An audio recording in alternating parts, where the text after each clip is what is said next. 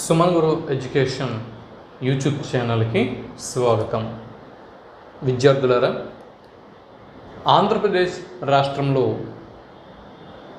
Degree ప్రథమ సంవత్సరంలో భాగంగా రెండవ సెమిస్టర్ పరీక్షలకు సిద్ధం అవుతున్నటువంటి విద్యార్థులకు, అందులో ప్రధానంగా జనరల్ తెలుగు ఎవరైతే చదువుతున్నారో అంటే బిఏ, బిఎస్సి, బీకామ్ ఇలా అన్ని గ్రూపులకి జనరల్గా ఉండేటటువంటి ఈ తెలుగు సబ్జెక్ట్ ఏదైతే ఉందో లాంగ్వేజ్ పేపర్, దీనిలో ఉన్నటువంటి సిలబస్ని ఇప్పుడు ఒకసారి మనం పరామర్శ చేసుకుందాం. అంటే డిగ్రీ ప్రథమ సంవత్సరంలోని విద్యార్థులు తెలుగు సబ్జెక్టు కోసం సెకండ్ సెమిస్టర్లో ఏ సిలబస్ని చదవాల్సి ఉంటుంది అన్న విషయంని ఇప్పుడు ఒకసారి మనం కూలంకుషంగా తెలుసుకుందాం. చూడండి, ఇక్కడ మీకు సెకండ్ సెమిస్టర్లోని డిగ్రీ తెలుగు సిలబస్ని మొత్తం 5 యూనిట్లుగా విభజించడం జరిగింది. యూనిట్ 1, యూనిట్ 2, యూనిట్ 3, యూనిట్ 4 మరియు యూనిట్ 5 అని 5 యూనిట్లుగా విభజించడం అనేది జరిగింది. మొదటి యూనిట్ ఏదైతే ఉందో యూనిట్ 1, ఇందులో ఆధునిక కవిత్వం గురించి విద్యార్థులు చదువుకోవలసి ఉంటుంది. రెండవ యూనిట్ కథానిక గురించి చదువుకోవలసి ఉంటుంది. మూడవ యూనిట్లో నవల గురించి చదవాల్సి ఉంటుంది. 4వ యూనిట్లో నాటకం గురించి చదవాల్సి ఉంటుంది. 5వ యూనిట్లో విమర్శ గురించి చదవాల్సి ఉంటుంది. వీటిని అంటే ఈ ప్రధాన అంశాలని తీసుకుని ఈ ప్రధాన అంశాలలో మళ్ళీ వివిధ పాఠాలని చేర్చడం జరిగింది. అంటే వాటికి ఆ ప్రక్రియలకు సంబంధించినటువంటి అంటే ఏవైతే ప్రధానంగా ఆయా యూనిట్లలో ఉన్నటువంటి ప్రధాన అంశాలు ఏవైతే ఉన్నాయో వాటికి తగిన పాఠాలని ఎన్నుకొని మీకు సిలబస్ని రూపొందించడం జరిగింది. మొదటగా యూనిట్ 1 ఆధునిక కవిత్వం, దీన్ని మనం తీసుకుందాం. ఆధునిక కవిత్వంలో మొత్తం 4 పాఠాలని మీరు చదవాల్సి ఉంటుంది. మొదటి అంశం ఆధునిక కవిత్వం, దాని పరిచయం. అంటే ఆధునిక కవిత్వం అంటే ఏమిటి, ఆధునిక కవిత్వం ఎప్పుడు పుట్టింది, దాని యొక్క ఇతరత్ర ప్రధానమైనటువంటి ముఖ్యాంశాలు, ఈ ఆధునిక కవిత్వం గురించినటువంటి ప్రాథమిక సమాచారాన్ని కొంతవరకు ఇక్కడ మీరు తెలుసుకుంటారు. రెండవ పాఠం కొండవీడు అనేటటువంటి పాఠంని చదువుతారు. దువ్వూరి రామిరెడ్డి గారు ఈయన అందించినటువంటి కొండవీడు అనేటటువంటి పాఠంని మీరు చదువుతారు. కొండవీడు పాఠం రచయిత దువ్వూరి రామిరెడ్డి గారు. మూడవ పాఠంగా మాతృ సంగీతం అనే పాఠంని చదువుతారు. మాతృ సంగీతం అనేటటువంటి పాఠ్యభాగ రచయిత అనిశెట్టి సుబ్బారావు గారు. 4వ పాఠంగా తాతకో నూలుపోగు, తాతకో నూలుపోగు అనేటటువంటి ఈ పాఠంని చదువుతారు. ఈ పాఠం రచయిత బండారు ప్రసాదమూర్తి, బండారు ప్రసాదమూర్తి గారు.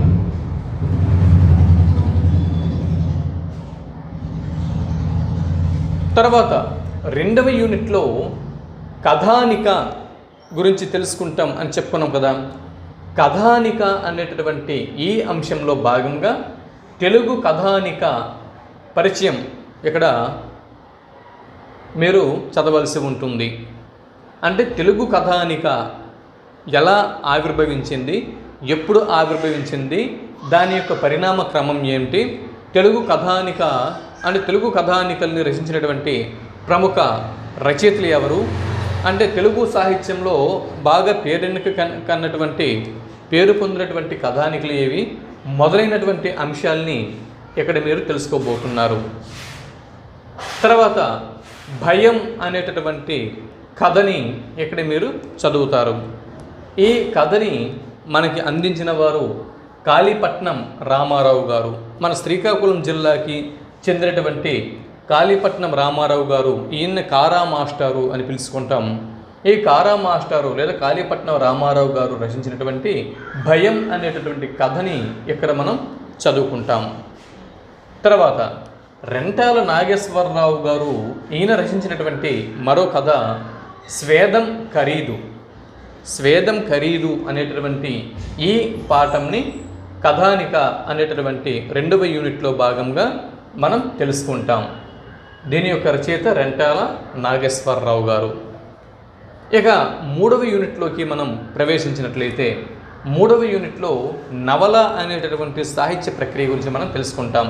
అంటే తెలుగు నవల వికాసం, దాని యొక్క పరిణామ క్రమం, ఈ విషయాల గురించి చాలా అంటే దీనికి సంబంధించినటువంటి ప్రాథమిక సమాచారం గురించి మనం తెలుసుకుంటాం. అలాగే రథచక్రాలు అనేటటువంటి నవల యొక్క సంక్షిప్త ఇతివృత్తం గురించి ఇక్కడ మనం తెలుసుకోబోతున్నాం.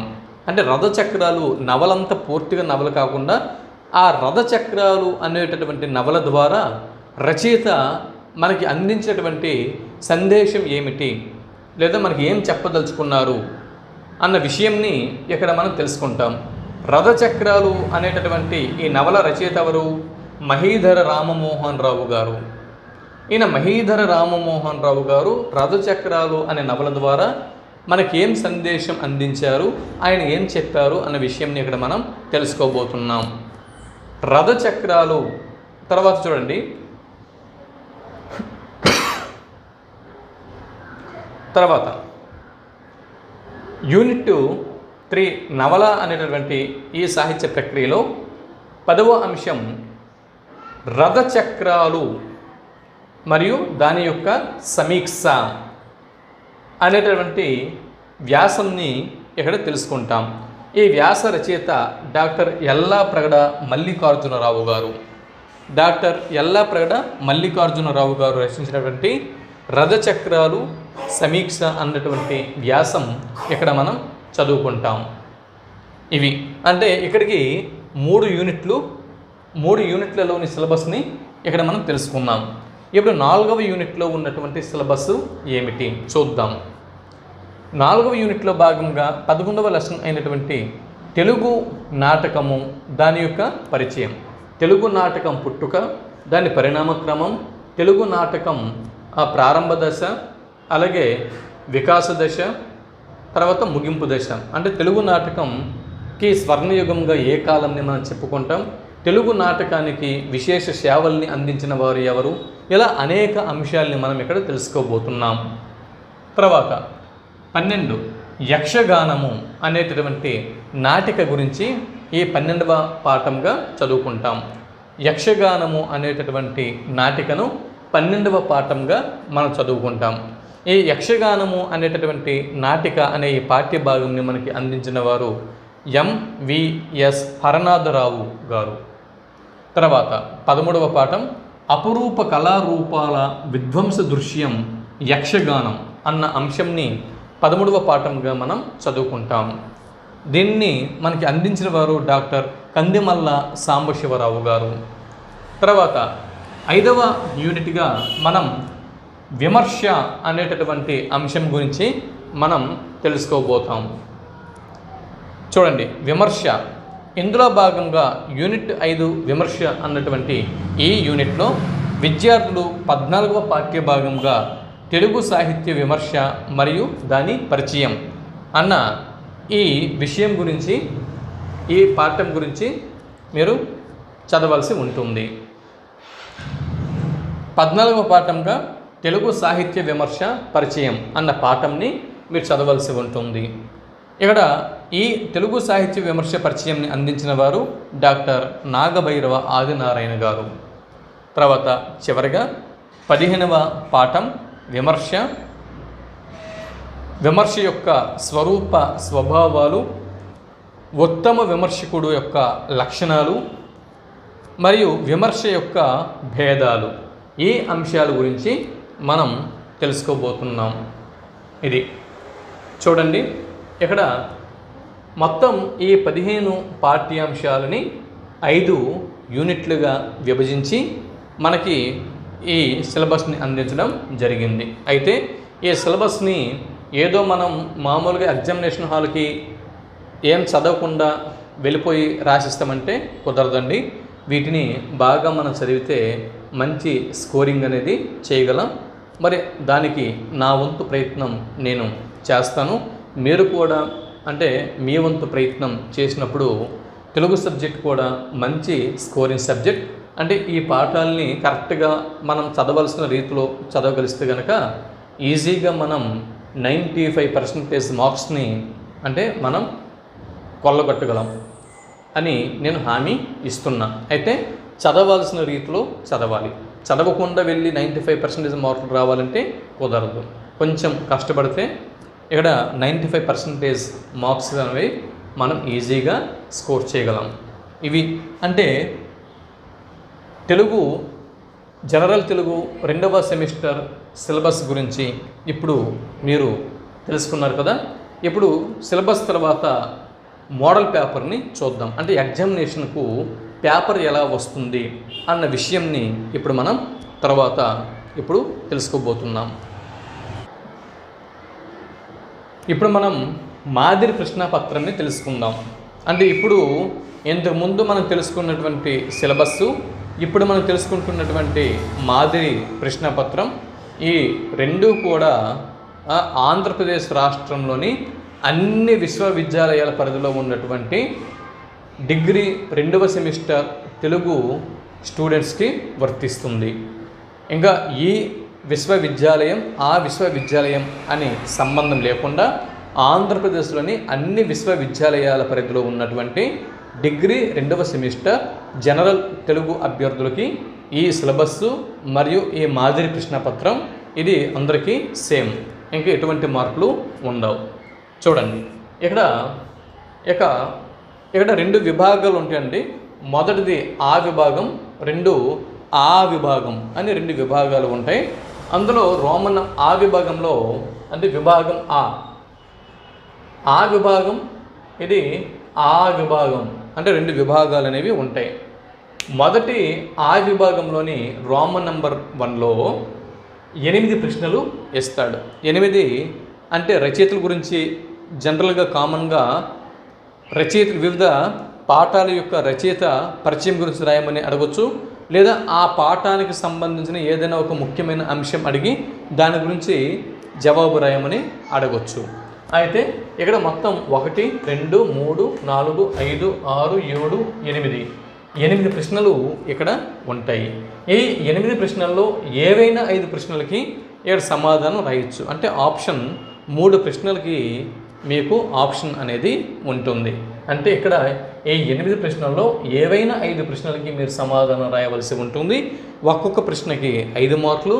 అయితే 5 ప్రశ్నలకి అంటే ఒక్కొక్క దానికి 5 మార్కులు చొప్పున మొత్తం 25 మార్కులకి ఈ మొదటి విభాగం అనేది ఉంటుంది. ఇక 2వ విభాగం ఇక్కడ వ్యాసరూప సమాధాన ప్రశ్నల్ని మనం రాయాల్సి ఉంటుంది. రోమన్ నెంబర్ 2 క్రింది అన్ని ప్రశ్నలకు సమాధానములు రాయండి అని ఇస్తాడు. అంటే ఇక్కడ 9వ ప్రశ్న నుంచి 13వ ప్రశ్న వరకు, అంటే మొదటి 1వ ప్రశ్న నుంచి 8వ ప్రశ్న వరకు ఇది సంక్షిప్త సమాధాన ప్రశ్నలు, అంటే షార్ట్ ఆన్సర్ క్వశ్చన్స్ అవి.